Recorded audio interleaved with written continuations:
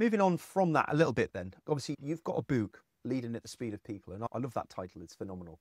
Why did you decide to write that book, and how do you deal with people who still see things like emotional intelligence as the soft stuff, that it's all fluffy HR, right? And we don't really need that stuff.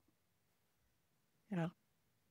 Well, the book was born from years of watching people who had, the best intentions, but didn't have all the skills of what it took to really lead effectively.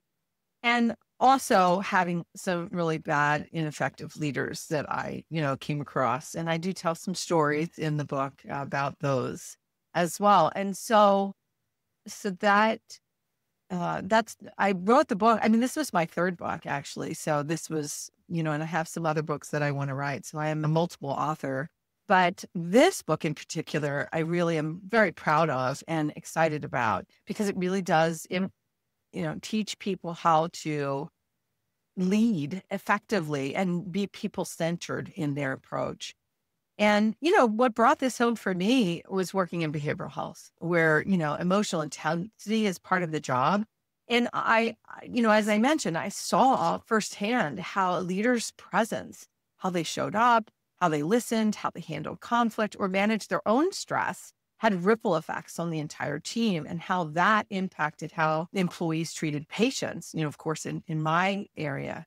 So I wrote the book because I saw the cost of not leading at the speed of people, which, creates burnout, turnover, disengagement. And I wanted to give leaders a more human-centered roadmap, one that shows us how to slow down. I mean, that's the big thing, is that when you're dealing with people, you can do tasks at 150 miles an hour and do this and do that and shift from one thing to another. But you can't do people that way.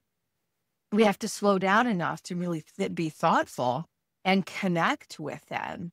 And so when you mentioned about emotional intelligence and being soft stuff, so to speak, I remind people that it's the soft stuff, if you want to call it, that makes the hard stuff work.